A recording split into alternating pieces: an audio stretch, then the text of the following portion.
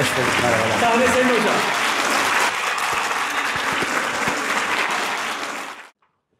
Biliyoruz ki böyle bir sürü çalışmalardan, meditasyonlardan böyle gevşediniz, rahatladınız. Öyleyse birlikte böyle güzel bir uyanalım, uyanış yapalım.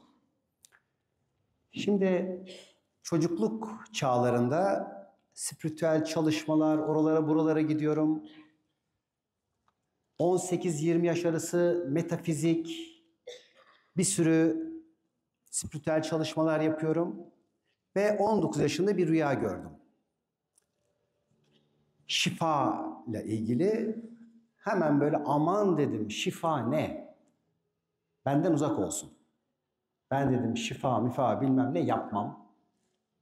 Ondan sonra bir şekilde bir şeyler oldu. Bir baktık şifanın içindeyim.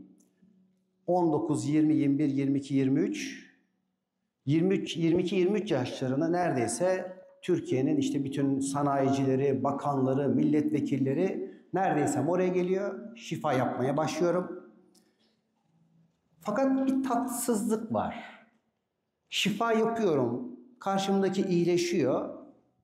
Ama benim damağımdaki tat hiç hoş değil. İşte diyelim ki birçoğunuzun geçmişte de tanıdığı çok ünlü sanayiciler alıyor bir şeyi, şifayı alıyor. Herhangi bir rahatsızlığını iyileştiriyor. Fakat adamda hiçbir şey değişmiyor. Hastalığı gidiyor. Kat kat aynı davranışlar, aynı haller vesaireler devam ediyor. Ama kişilerde hiçbir değişiklik olmuyor. Ve şifacılığı bıraktım. Dedim ki bu hiç de tatlı, lezzetli bir şey değil. Bir de o kadar yük almaya başladım ki bedenim, enerjilerim, Allah, hayatımdaki olaylar. Tabii o zamanlar ne kadar müdahale ettiğimi bilmiyorum. Yani kimi bulsam iyileştireceğim. Dokunalım, iyileştirelim. Bak öyle yapınca iyileşiyorsun. Şöyle yapınca iyileşiyorsun. Sen bilmiyor musun? Hadi gel bak seni iyileştirelim. Ve yıllar sonra anladım ki insanların hastalıklara, sorunlara ihtiyacı var. Ve o sorunları, hastalıkları insanlar kendileri hayatlarına davet ediyorlar. Ve gelişimlerinin ve tekamüllerinin bir parçası bu. Ve bir insanın elinden hastalığını çekip almak demek, onun şifasını almak demek. Şimdi bu sefer o geçmişte yaptığım bütün şifa deneyimleri yıkıldı ve damdan düştüm. Ne yani şimdi? Bir insana bir fayda ve iyilik yapacaksın ve bu iyiliği yaparken onun hayatına ve kaderine müdahale etmiş olacaksın. Peki bunu nereye koyacaktım? Ama içimde de öyle bir coşku var ki kimi bulsam hadi gel sana şunu vereyim, sana şunu yapayım. Hayatlara, kaderlere böyle böyle müdahale eden geçmişte bir Ünal. Tabii hepsinin de yükünü alıyor, hayatında da tıkı tıkı tıkı tıkı tıkı kendini tokatlatıyor. Belki buradaki birçok arkadaşınız da birine iyilik yaptı, birine güzellik ya da bir iyilik, şifa vesaire yaptı, merhametiyle maraz buldu. İşte o her bir hareket aslında yük alma deneyimi olduğunu yıllar sonra gördü Ünal. Peki o zaman birisi yardım istediğinde sen ona yardım etmeyecek misin? Ya da şifan var, şifa gücün var, yeteneğin var, şifanı aktarmayacak mısın? Neydi bu hayatın o zaman prensibi? Nasıl fayda verecektik ya da nasıl fayda alacaktık? İşte zaman içerisinde şifacının yolu diye bir yolculuğumuz başladı. Ve burada sadece talep edene ve talep ettiğinde de o hastalığın, o rahatsızlığın, sorun dediği şeyin o kişiye ne faydası olduğunu göstererek bir idrak ile insanların iyileşmelerine şahitlik etmeye başladık. Kafamızda yaratacağımız en büyük sorunlar, problemler dahi o konunun bize faydasını hangi ihtiyaçtan dolayı çağırdığımızı gördüğümüz anda iyileşmeye başladı. Öyleyse gerçekten de kişiler dertlerine derman ararken dertleri onlara derman imiş. Ve her biriniz şu anda belki çeşitli sorunlar, yakınlarınızda, akrabalarınızda bir sürü hastalıklar seyrettiniz. Başınıza gelen bir sürü olaylar oldu. Ve o olayları bir taraftan çağıran, talep eden, ısmarlayan, ifade eden siz olduğunuzu ve bunun da sizin faydanıza olduğunu anlamak öncelikle beni çok şaşırttı. Nasıl yani? Her birimiz aklı başında insanlarız yani. Kim kendi kötülüğüne bir şey ister? Kim kendini rahatsız etmek ister? Herhangi biriniz kendinizi rahatsız etmek ister misiniz? Ya da herhangi biriniz, ya şu hastalığı, rahatsızlığı versen seni iyileştireyim. Tabii ki al hemen iyileşeyim demez mi? Demez. Eğer kronik bir rahatsızlığınız varsa o sizin eşiniz. Onunla yaşamayı seviyorsunuz. Hatta kronik bir rahatsızlık ya da bir ilişki, bir problemli bağlantınız varsa da bunu devam ettirmeyi siz istiyorsunuz. Tamam da şimdi buna birçoğunuz itiraz edeceksiniz. Ne yani şimdi? Şu sorunu ben mi istedim? Bu kaybı ben mi istedim? Bu rahatsızlıkları, bu sorunlardan hani böyle iyice gömülmeyi. Evet. Hayatın öyle bir mükemmel matematiği var ki hayat her an sana soruyor. Ne istersin, ne talep edersin, sana onu vereyim diyor.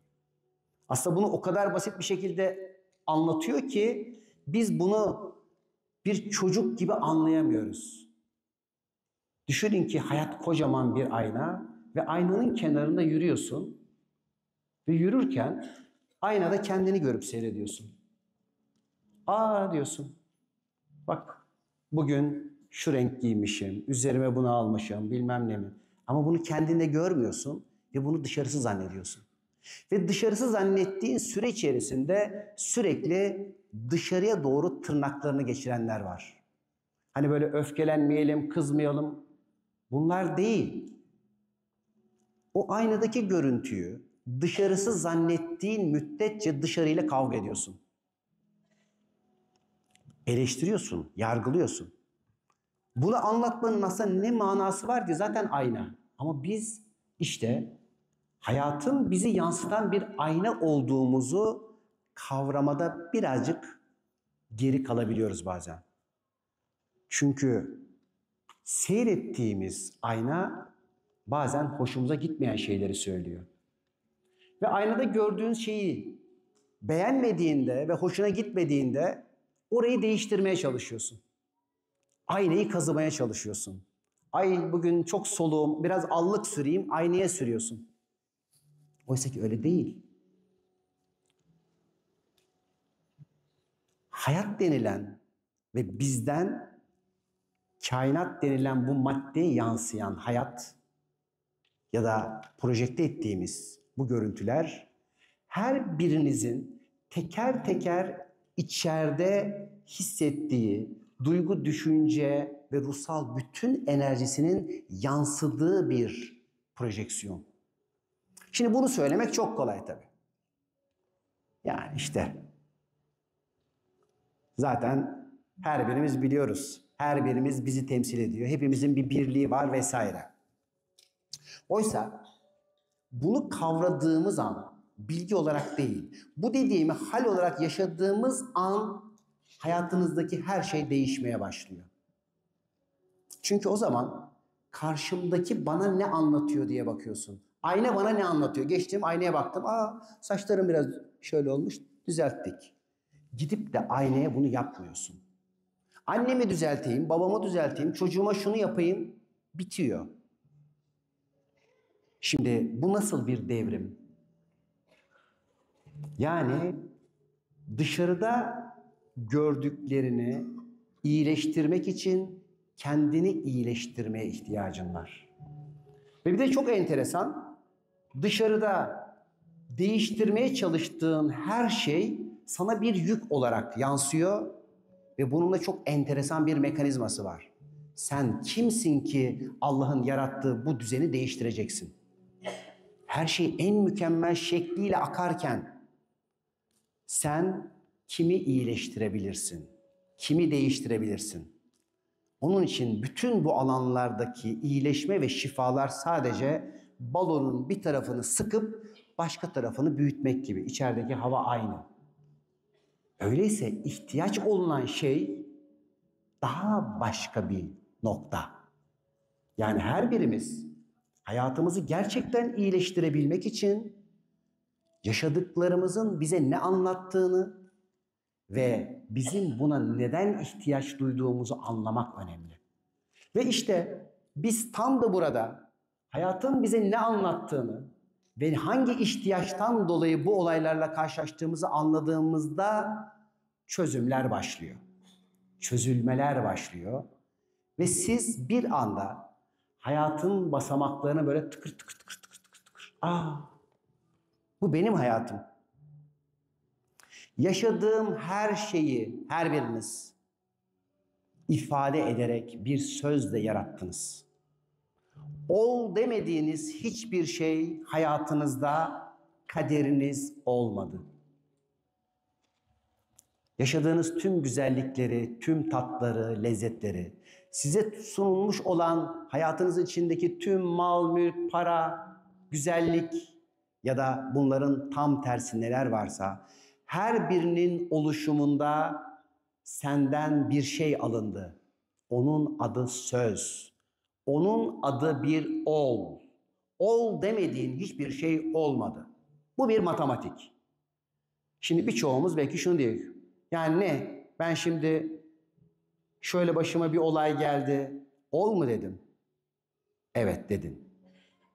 Ya da çok sevdiğim, hoşlandığım bir şeyi oluştururken gücümü kullandığımı belki kabul edebiliyorum da hoşuma gitmeyen ya da olumsuz bir şeyi yaratmanın sorumluluğunu nasıl alırım?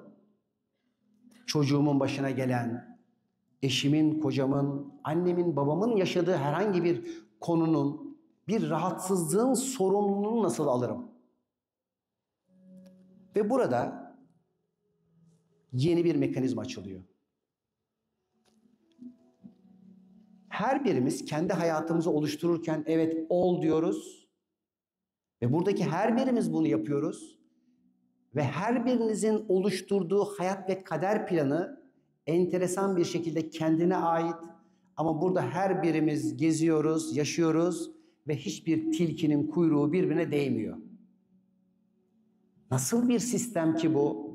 Nasıl bir kainat ki her birinizin tüm taleplerini ve isteklerini size sunuyor, sizi bununla buluşturuyor ama hiçbir kaos çıkmıyor. İşte bu gerçekten de mükemmel bir düzen. Hayat dediğimiz şey başlıyor. Hayat dediğimiz şey başlarken her birinizin hayatla ilgili tanımları var. Her biriniz sorun. Benim için hayat nedir? Ve hayatı öyle yaşadığını göreceksin. Koşturma diyorsan koşturma. Zorluk diyorsan zorluk. Anlamsız diyorsan anlamsız. Çalışmak diyorsan çalışıyorsun. Yani herhangi bir kavrama, tanımın o olayı yaşarken sana yön veriyor. İlişkiye nasıl bakıyorsun? Annene nasıl bakıyorsun? Kadın olmaya ya da erkek olmaya nasıl bakıyorsun?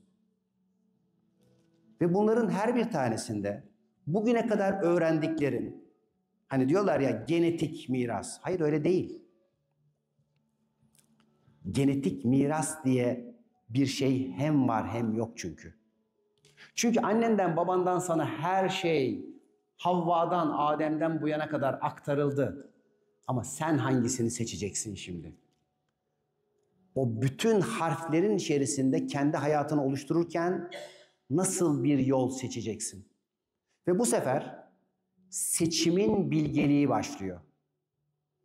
Her birimiz beden, zihin, işte duygular, düşünceler bir ruhsal bir yoldayız.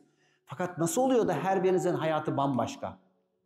Hiçbiriniz yeşili aynı görmüyorsunuz. Hiçbiriniz elmanın tadını aynı almıyorsunuz. Bir olan dediğimiz, Allah dediğimiz anda hiçbiriniz aynı şeyi hissetmiyorsunuz. Bu nasıl bir şey? Nasıl bir yaratılıştır ki hiçbirimiz birbirimize benzemiyoruz. Her birimizin başka bir parmak izi var. Her birimizin duygu, düşünce, algılama ve anlayışı bambaşka. Bu ne kadar güzel bir çeşitlilik, ne kadar mükemmel bir zenginlik. Bu bir fakirlik değil, bir zenginlik. Onun için hiçbirimiz birbirimize benzeyelim diye değil. Her birimiz özgün, kendimiz ve özgür olalım diye buradayız. Diğer taraftan tabii bir de hani negatif takım var biliyorsunuz. Bir pozitif varsa bir de negatif takım olacak ki onların da kendilerine göre güzel görevleri var. Her şey aynı olsun. Bütün tipler aynı olsun. Bütün kadınlar birbirine benzesin, bütün erkekler birbirine benzesin. Marketteki bütün raflar birbirinin aynı domateslerle, aynı paketlerle olsun. Bütün günlerin aynı geçsin. Bütün tatların aynı olsun. Karpuz yerken kabak mı yiyorsun, salatalık mı yiyorsun anlamayabilirsin. Ve onlar da tabii ki görevlerini yapıyorlar ve sizi sıradanlaştırmaya çalışan enerjilerde aktif olacak. Fakat insan denilen, bir taraftan dünyaya geldiği yeri unutan, nereye gideceğini de unutan biz insanlar, kelime anlamı olarak unutan biliyorsunuz. Bunu tekrardan hatırlamak her birimizin görevi. Nereden geldik ve nereye gidiyoruz? İşte burayı bilmediğimizde, yani nereden, neden geldik, nereye, neden gidiyoruz? Şimdi bunu bilmediğimizde ki dünyanın kibarlık edeyim %90'ı bilmiyor diyelim. Nereye gideceğini bilmeyen insan şimdi ne yapar? Bir yerlere toslar. Şimdi her biriniz kendinize sorsun. Ben nereye gidiyorum? Nereden geldim? Nereye gidiyorum? Ve neden? Çalışıyorum. Neden? Para kazanıyorum. Neden? Bir ilişki arıyorum. Neden? İlişki buldum. Nereye götüreceğim? Neden? Burada işte bir sürü konular, bilgiler dinliyorsunuz. Bunlar benim ne işime yarayacak? Bir kitap alacağım, okuyacağım. Neden? Hangisi benim ne işime yarayacak? Ve kendimize bu soruları sorduğumuzda birçoğumuz aslında tam bir hedefimiz olmadığını göreceğiz. Ve hedefi olan olmadığında bir kişi nereye giderse gitsin yolu uzatıyordur. O yolu uzatma halinin adı oyalanmaktır, ertelemektir, kendinden uzağa gitmek ya da kaybolmaktır. İşte eğer büyük bir çoğunluk kaybolmuş vaziyetteyse ve ola ki bizim de böyle bir kaybolan tarafımız varsa yönümüzü ve hedefimizi nasıl buluruz? Ortada bir sürü bilgi var. Yani işte kişisel gelişim çöplüğü diyorlar birçok yayın evi sahipleri. O kadar çok kitaplar vesaireler. Zaten bir bilgiyi saklayacaksan çoğaltırsın. Yani eğer gerçekten bireysel dönüşümün, şifanın bir önemi varsa, bir tane bir şey varsa o çoğaltılır. Ve siz oradan gerçekten faydalıyı bulabilecek bir liyakattaysanız onu alırsınız.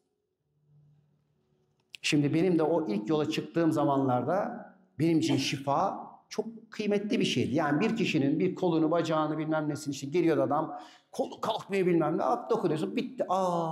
Adam hayran oluyor. Tamam da ne oldu? O adamın kolunun, bacağının ya da bedenin iyileşmesi bir şifa mı? Birçok kişi için bir şifa ve çok önemli. Küçümsemek değil. Ama benim ruhumu tatmin etmedi. Çünkü o kolu ağrıyorsa onun bir matematiği, bir sistemi olmalı ve Yaradan o kişiyle bedeni, hastalığı ve onun o ihtiyacıyla onunla konuşuyor olmalıydı. Her birinizde hayat yaşadıklarıyla konuşuyor. Kullarla, birbirimizle, Yaşadığımız olaylar bir alfabe gibi bize bir şeyler anlatmaya çalışıyor. Tabii biz insanız. Olumsuz ya da hoşumuza gelmeyen bir şey olduğunda şunu yapmaya çalışıyoruz. Bırak ve kaç. Hayır. Niye geldin? Gel bir hoş geldin. Bir misafiri bir eve alalım.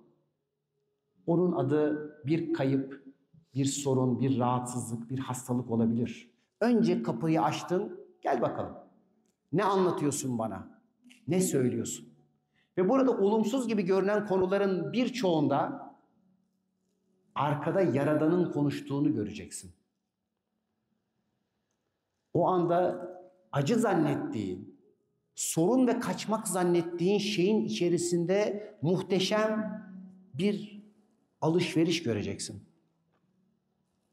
Fakat diyoruz ya, biz insanız, öğrendiğimiz şey konfor alanımızı sağlamak, birazcık oyalanmak, tembellik etmek ve kaçmak. Ben şöyle bir dakika herkesi bir ayağa davet ediyorum. Şöyle bir hani biraz önceki çalışmalardan bir gevşemeler var. Bir ayağa kalkın. Bir tane şöyle burnumuzdan derin nefes alıp ağızdan üfleyelim diye 3 kere de ağzımızdan alıp ağzımızdan nefesi kocaman bir şekilde atalım. Ben gösteriyorum.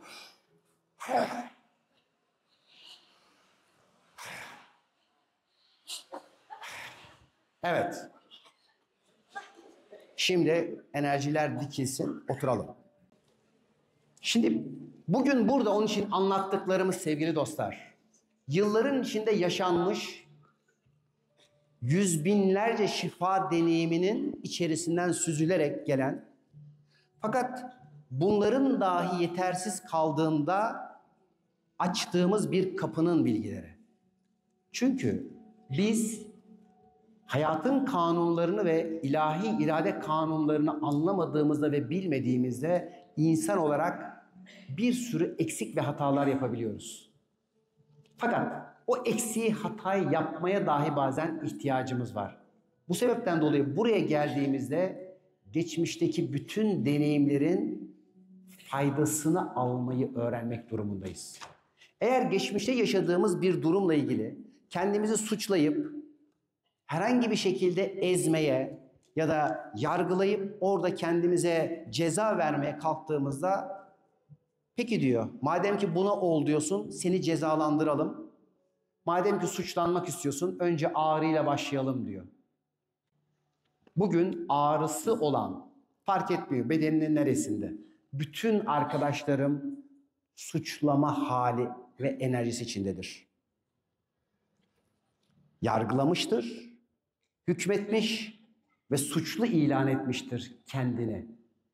Başkalarını suçlayan herkes de kendini suçlu hisseder bu sebepten dolayı. Ve bu sefer bir baktık ki bütün organlarımız, uzuvlarımız bir sembol dilinin, bir alfabenin yansıması. Hayatımızdaki bütün olaylar bir harf ve bu harfleri bir araya getirdiğimizde bir baktık ki hepsi konuşuyorlar. Hayat seninle konuşuyor her an. Ama o hayatın kurucusu, oluşturucusu konuşuyor. Yaradan konuşuyor ve Yaradan'la bir muhabbet var. Tabii bir taraftan bütün bunların matematiği, yani her şey bir ölçülü sistemle var olduğu için bir algoritması varken, bir tarafta tabii ki uçmak istiyor, bir sürü manevi, ruhsal deneyimler yaşamak istiyor ve her birimizin bir an önce o ince tarafa gidesi var. Bu sefer bir de oradan gelmemiz gerekiyor.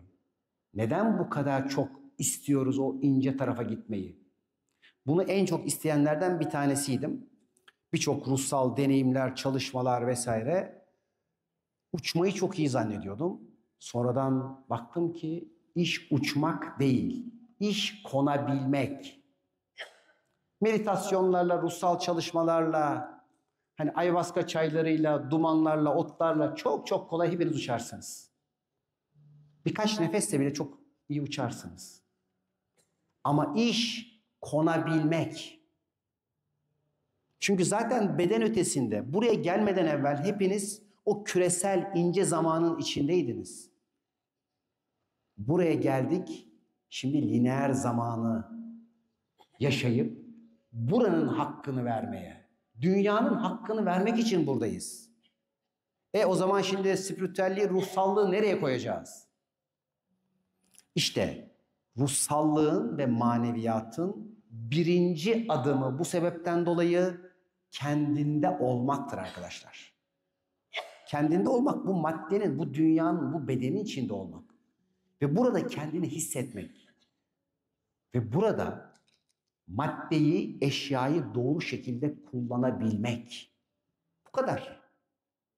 Ama bak bir derinliğine, şimdi neler açılıyor orada. Şimdi çevrenizde sınırını ve haddini bilmeyen bir sürü insanlar vardır. Sizlere kendi sınırlarınızı ne kadar bilmediğinizi anlatırlar. Onlar başka alanda anlatırlar bunu. Ama senin de sınırını, haddini bilmediğin alanlar vardır. Biz insan olarak emin olun çok az yerde haddimizi biliriz. Evrene, kainata bakarken, yaratılışı yorumlarken, hani Samanyolu galaksimiz bir kum tanesi bile değilken kendimizle ilgili ne kadar büyük belki noktalara gitmeye çalışırız. Biz burada gerçekten bilmediğimizi bilmeyenleriz. Hani bilmeyen demiyorum, bilmediğimizi bilmeyenleriz. Ve bunu öğrenebilmek çok önemli bir sanat. Ve bunu öğrendiğimizde açılacak kapılar artık kendimizi ve Rabbimizi bilme yolunda açılan kapılar olacak. İşte her biriniz biliyorum zannettiğiniz alanlar içerisinde ya da kanınız olduğu alanlar içinde kandırıldınız. Her birimiz. Aynı benim o. Madem ki içimden bu kadar çok vermek geliyor, tuttuğunu şifalı yönel, tuttuğunu iyileştir. Haydi şöyle olsun, böyle olsun, bilmem ne olsun. Ya Allah'ın onlara verdiği şifayı sen onların elinden niye alıyorsun? Ne kadar ters geliyor. O zaman doktor ne yapsın? İşte bu kabulle yaklaştığımızda, yani öncelikle herhangi bir dostunuz geldi. Battım, bittim, iflas ettim. Ne olur bana borç para ver. Yazık adam. Verdin, maraz doğacak. Verdin, çok iyi de olabilir. Aradaki ayrım ne? Bakın, ikisi de aynı davranış ama içerikte gol yeme şansın var ya da çok daha ileri gitme şansın var. Bir fakir dilenci gördün, birisi para verdi, gönlü coştu. Böyle bir tanesi verdi, maraz görecek. Aradaki fark ne? Ne olursa ne oluyor? Buradaki matematik ve mekanizma nasıl işliyor? Ya bak yakınıma, en böyle sevdiğim arkadaşıma yardımcı oldum. Bana etmediğini bırakmadı. En az burada %90'ınız bunu yaşadınız. Hani yaşamayan kim var diyeyim. Birine yardım etti. Bak birine yardım ettiniz. Fayda verdiniz ve karşılığında hiçbir zarar görmediniz. Yani hiçbir kimseden. Bak orada bir kişi el kaldırıyor ama çağırsak o da bir yerde çıkar. Şimdi neden? Eğer o dilenciye, o arkadaşına acıyarak yardım ettiysen yargıladın, onu aciz ve aşağı gördün ve bu sebepten dolayı Allah'ı yani onu yaratanı yargıladığın ve küçümsediğin için cezayı hak ettin. Kendi vicdanında hak ettin. Fakat o arkadaşın ihtiyacını karşılarken herhangi bir yargıyla değil, gerçekten sevgiyle, şefkatle ve bir koruma, merhametiyle verdin.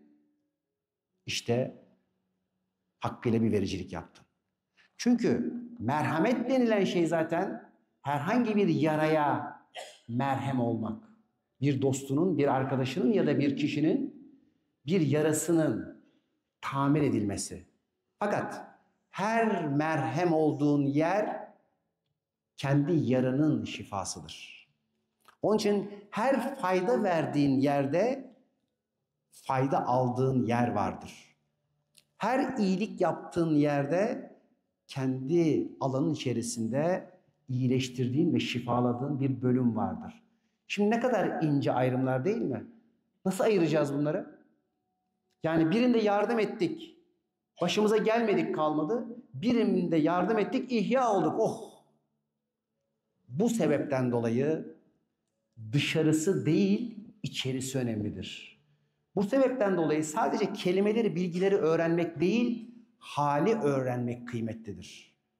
Onun için hal bilgisi, biz hani ilkokuldayken bir sene gördük. Hal bilgisi, hal ve gidiş diye dersimiz vardı. Öyle peki peki yazıp veriyorlardı. Fakat yine de güzel bir isimdi. Hal bilgisi diye, hal ve gidiş diye. İşte bu sebepten dolayı her birinizin öğrendiklerinden ziyade öğrendiğiniz bilginin size yaşattığı hal önemli. Bu sebepten dolayı aldığınız şifanın hali önemli ve siz bu dünyadan hani vakti geldi ve öbür aleme geçeceksiniz. Burada gördüğünüz hiçbir şeyi götüremeyeceksiniz. Yine o benim şifa yaptığım sanayici abimiz çocuklarına bir miras bırakıyor. Diyor ki beni diyor çoraplarımla gömün diyor. Biliyorsunuz hikayeyi. Ertesi gün bir mektup daha var. Gördün mü diyor. Bak çoraplarımı bile götüremiyorum. Götüremezsiniz. Peki o zaman bu kadar bilgiyi, bu kadar hali, durumu niye alıyoruz ki? Niye öğreniyoruz? Niye okuyoruz? Eğer hafıza burada kalacaksa, değil mi? Beyinde hafıza kaldı. Öğrendiklerin hepsi burada kaldı. Peki buradan ne götüreceksin sen? İşte buradan götüreceğin yegane şey hal. Yani haline aktarabildiklerin gidecek. Şimdi birazcık amacı açtık. Şimdi amaçtan çıktık ya hani kaybolmuştuk. Öyleyse güzel haller yaşamamız önemli. Çok şey öğrenmemiz değil.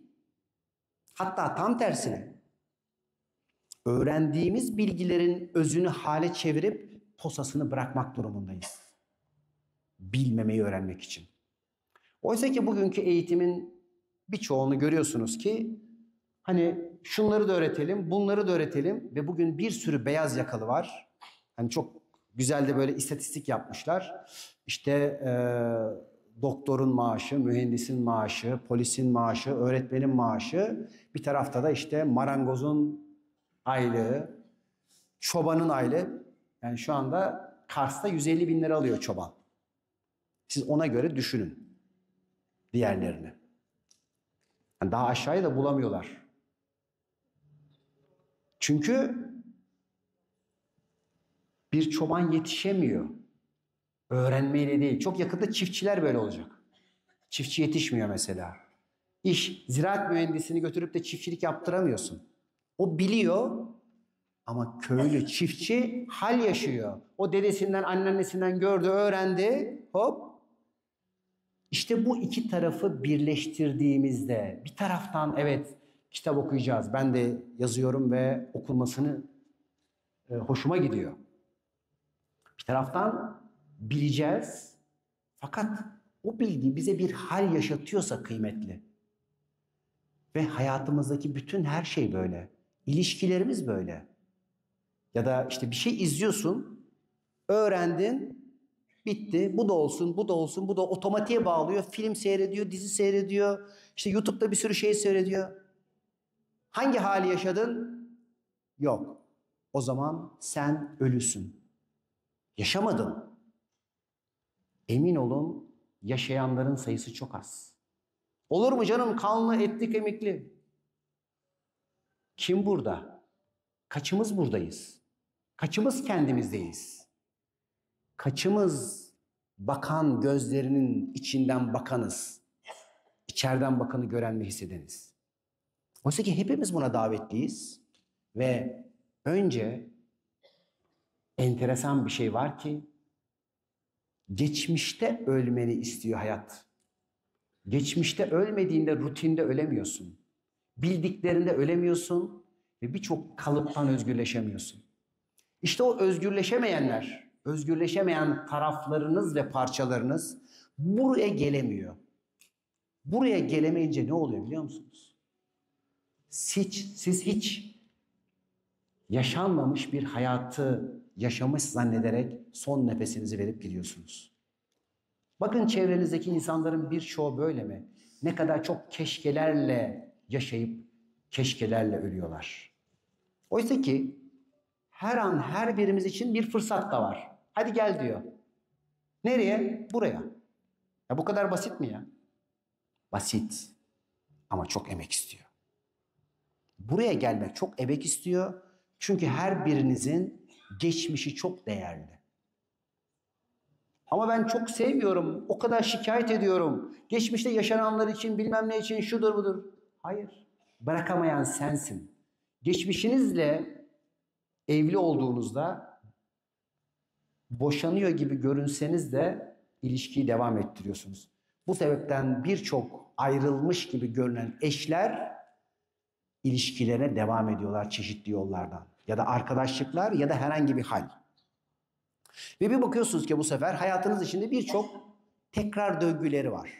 Yani bir olayı yaşadın, benzeri bir daha.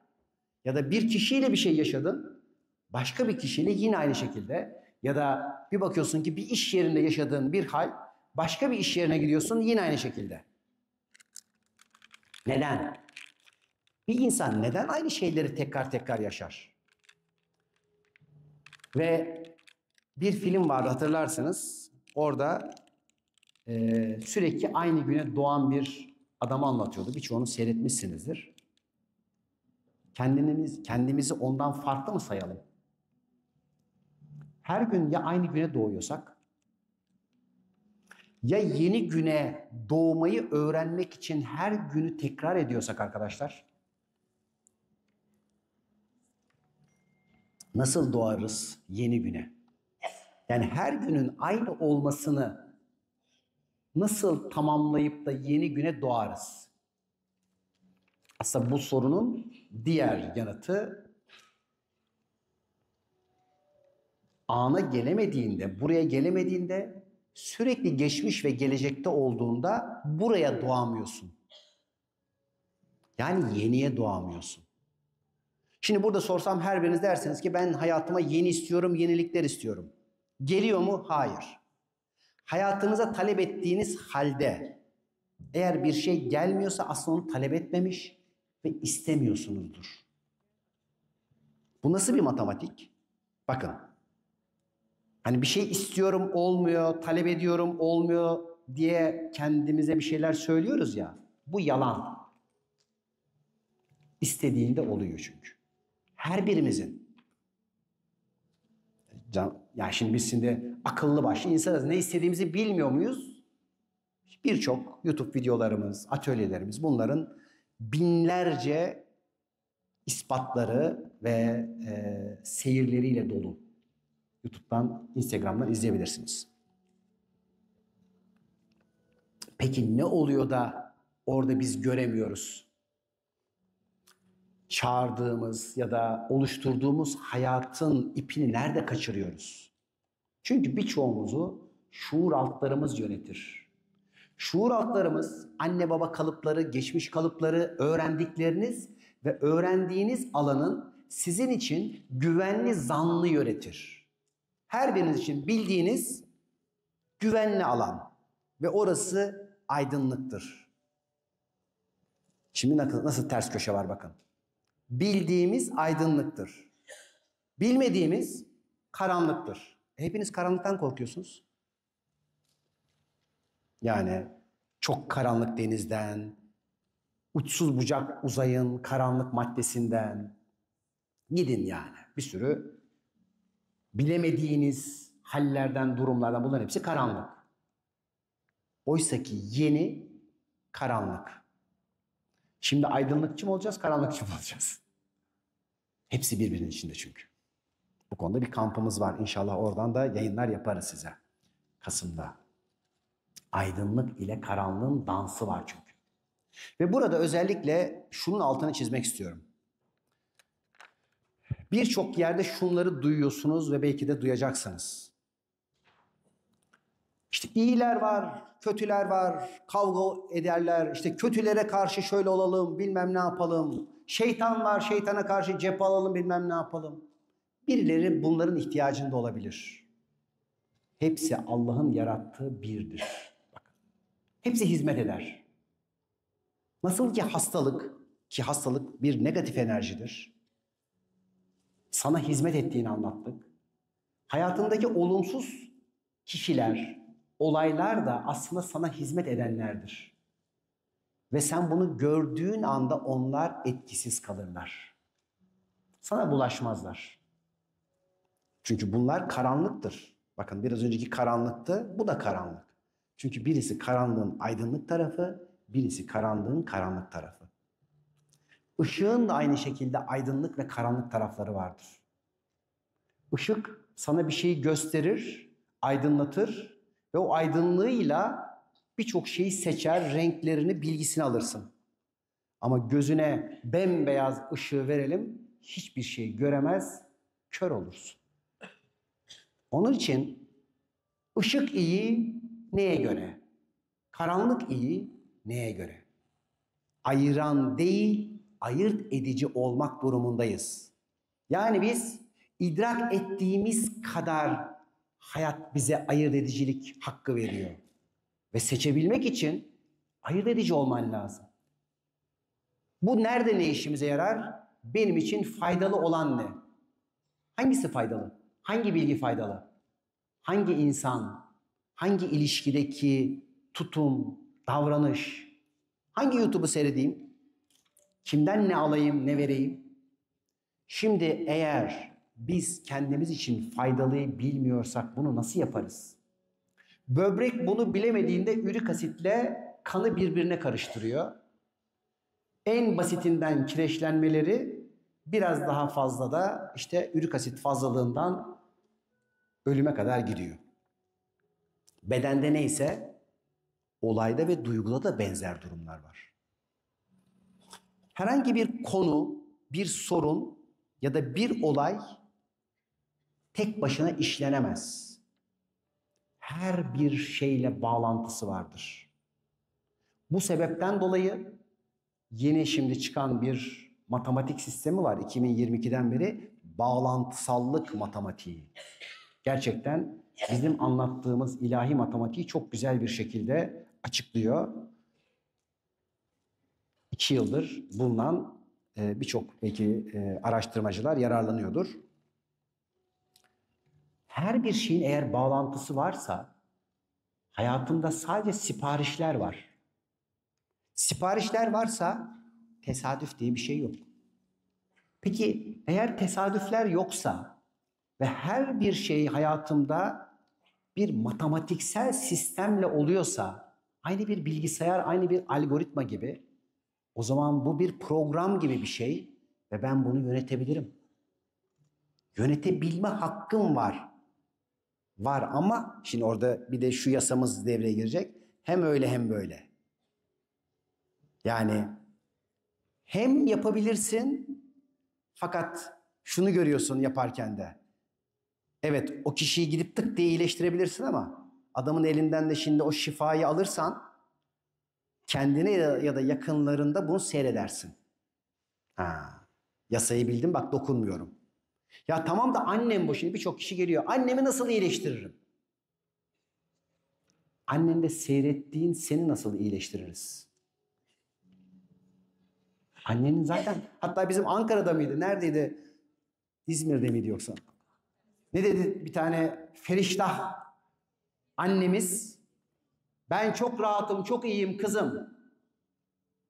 Sen kendine bak diyor. Ama kız onu değiştirmek istiyor, iyileştirmek istiyor. Hayır. Kızı kendini dönüştüremediği için, iyileştiremediği için annesine saldırıyor. Nasıl ters köşe değil mi? Kendi hayatını yönetemeyenler başkalarını kontrol ederler. Yasadır. Onun için bakın çevrenizde çok kontrolcüler var.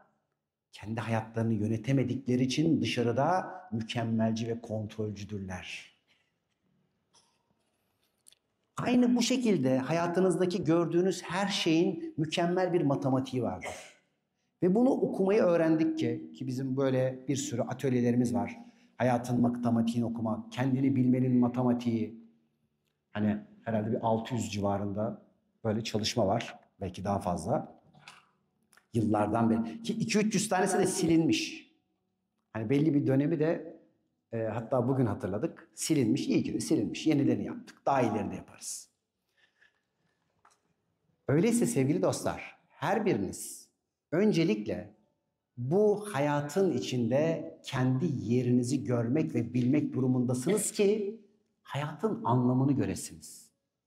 Şimdi eğer annenden bakıyorsan hayatının anlamını nasıl göreceksin? Ya da kendini sadece beden zannediyorsan, kendini, özünü, varlığını uzağa koyduysan hayatın anlamını nasıl bileceksin? Sadece dışarıya odaklı ve her şeyin dışarıdan kaynaklı olduğunu zannedip aynayı gerçek zannediyorsan hayatının amacını ve anlamını nasıl bilirsin? İşte buralarda çok güzel bir sistem devreye giriyor. Onun adı uyku. Pış pış pış pış pış pış pış pış pış pış. Ve birçok çalışma bu sebepten ya da birçok öğreti şu andaki dünyadaki eğitim sistemleri seni uyutmak üzere. Biraz önce çok güzel bir çalışma vardı. Ben de 5 dakika izledim. Kişiyi tanımıyorum ama hani ekrandan tanımıştım. Ekonomiyle ilgili bir şey anlatıyor. Rockefeller'in önemli bir sözünü hatırlattı. Yani parayla ilgili insanları uyutalım. Kimse parayı bilmesin. Sadece parayı mı? Maneviyatı. Hiç imandan bahseden papaz, hoca, keşiş, imam duyuyor musunuz? İman da ne? Allah korusun. Sen sadece inan. Peki inanıp ne yapacaksın? Sen inan, bugün bana inan, öbür gün ona inan, başka gün başkası sana başka bir put verir, ona inanırsın. Oysa ki evet, inanç çok önemli ve çok kıymetlidir ama beni imana taşımak görevindedir. İnancın bir görevi vardır. İmana taşımaktır. Eğer sürekli o inancın içine yapışıp kalırsam kala kalır ve geride kaldığım için hayat ilerlerken ben geride kalırım. Bugün Batı'nın durumuyla Doğu'nun durumunu bu açıdan değerlendirin. Batı'nın bir atağı olduydu Rönesans'la birlikte. Bayağı bir füze gibi gittiler. Şimdi onlar inişe geçti. Doğu'nun bir durumu vardı. Özellikle İslam dünyası 1200-1300'lü yıllardan sonra aşağıya. Hani Osmanlı da yavaşladı ve iyice aşağıya. Neden? Evet, dışarıda bu var. Peki benim içimde bu ne anlatıyor? Ben kendi geçmişime bakarken Osmanlı, Türkiye Cumhuriyeti'nin kurulması ya da 16 tane yıkılmış ya da var edilmiş imparatorluk senden benden ayrı mı? Hani bir taraftan ne kadar güzel 16 tane imparatorluk kurmuşuz. Bir tane de tersi var. Bu kadarını yıkmayı başarmışız. Peki öyleyse bu geçmişin bir evladı olarak burada tesadüfen mi bulunuyorsun? Bu ülkede, Anadolu topraklarında bu Türkçe dilinin konuşulduğu, %90 küsürün Müslüman olduğu, çeşitli etnik grupların olduğu, dünyanın birçok kişisinin gözünün burada olduğu ve sürekli dürtüklenerek, sağdan soldan çekilerek, ekonomik olarak sürekli dalgalandırılan bir ülkede tesadüfen mi varsın? Hangi ihtiyaç seni burada doğmaya ya da bu ülkeyi, bu dünyanın içinde burada olmayı seçtirdi? Şimdi bu seçtirdi kelimesi çok enteresan. Her biriniz seçerek geldiniz. Annenizi, babanızı, hayatınızı, kaderinizi ve çok enteresan bir şey, seçmeye de devam ediyorsunuz. Hani böyle itiraz olanlar vardır belki şimdi, derler ki ya ben işte elimden gelse annemi değiştiririm. Emin ol kimse değiştiremiyor. Yani şöyle, yani şu hakkı veriyoruz. Bak bunu yaptığında değişecek. Matematiği bir koyuyoruz. Yine aynı anne, yine aynı baba. Hatta diyelim ki bir eşten ayrıldı. o eşle yaşadıkları bile o kadar kıymetli ki. Çünkü o olmasa, oradan o öğreni olmasa burada bu hayat ve bu güzellik olmayacak. Ben sözlenip evlendiğimde 21 yaşındaydım. İlk evliliğim. Şükrediyorum, dua ediyorum. Ama bir taraftan ay ne kadar toymuş, hayır ne kadar güzel, erkenden tık tık tık tık öğreniyorsun. Yani ve hayatının içerisinde bazen neyi seçebileceğini öğrenmek için neleri seçmeyeceğini öğrenmeye ihtiyacım var. Her birimizin ihtiyaçları farklı ve her birimiz kendimiz için doğruyu damak tadımıza göre seçebiliyoruz. İşte burası çok enteresan. Peki damak tadı nasıl çalışır? Sen neyi kendin istediğini nereden, nasıl bilirsin? Yani herhangi bir şey istiyorsun. Bu istek reklamlarla mı? Öğrendiklerinle mi? Annenin mi? Babanın mı? Halanın mı? Dayının mı? Kimin empoze ettiği bir istek? Yani her birinize şu anda sorsak. Hadi gel ne istiyorsan sana vereceğiz ama kendi isteğin olmak kaydıyla desek gerçekten senin isteğin hangisi olur? Emin ol ki ayıkladığımızda birçoğunuz dışarının çeşitli isteklerini kopyalamış, özenmiş ve örnek almışsınızdır. Senin isteğin peki nedir? O buradan gelir. Onun için ancak içten gelen içe girebilir. Yine altını çizdik. Yasadır. Evet. Tamam. Evet. Tamam. Hadi bir soru cevap yapalım. Peki. Tamam. Kaç dakikamız var? 5 dakika mı? Son 5. 5 dakika. Hemen soru cevap yapalım. Hemen mikrofon falan var mı? Gel buraya. Bağırarak sor. Ben şifa talebi istiyorum. Şifa talebi istiyor. Ne istiyorsun? Evlenmek istiyorum. Evlenmek istiyorsun. Çok güzel. Hemen çık gel. Evlendiriyoruz.